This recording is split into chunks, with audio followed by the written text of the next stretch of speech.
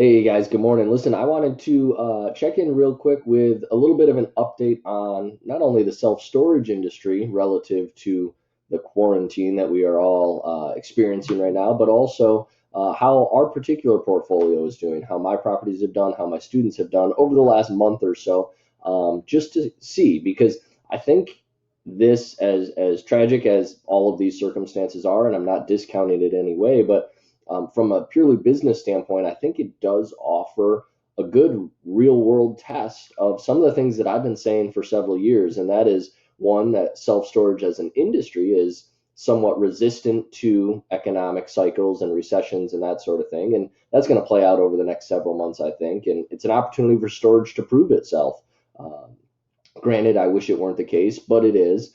And so I'm finding a silver lining in that. It's the one of my coaches taught me that everything is a perfect opportunity for something, right? We wouldn't wish this coronavirus on anybody, but it is the perfect opportunity for something. And you've got to kind of reframe and find that silver lining. And so what I've done is decided that it's a perfect opportunity to test some of the things that I've been teaching for several years. And again, that's the industry as itself. And even more specifically, I believe the investing strategies that myself and my students use give us extra insulation because of our risk mitigation strategies and that sort of thing. So I thought just in real time, I would share with you what we've been seeing over the last month or so at our storage facilities. So you can see here on my screen, this is a dashboard.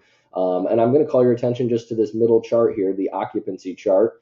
And we're just going to take a look at what's been going on, right? We've got 35 rentals in January, and over February and March, we've creeped up to 40 at this location. Hopefully, you guys can still see this.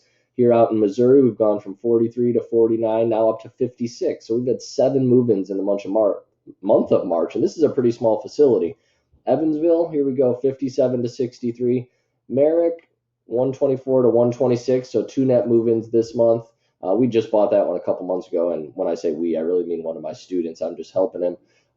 Here in Hinesville, this one we did go down from 223 to 215, which I think is more just coincidence than anything. I believe we had an auction there. You can see we're still sitting at 91%, and we're 42% above where we were last year. So clearly nothing to be worried about there. Here in South Carolina, from 42 to 47. So we've had 5 people move in this month, which is, again, above average. Generally speaking, we're looking for 3 to 4 move-ins at these smaller facilities would be a normal month.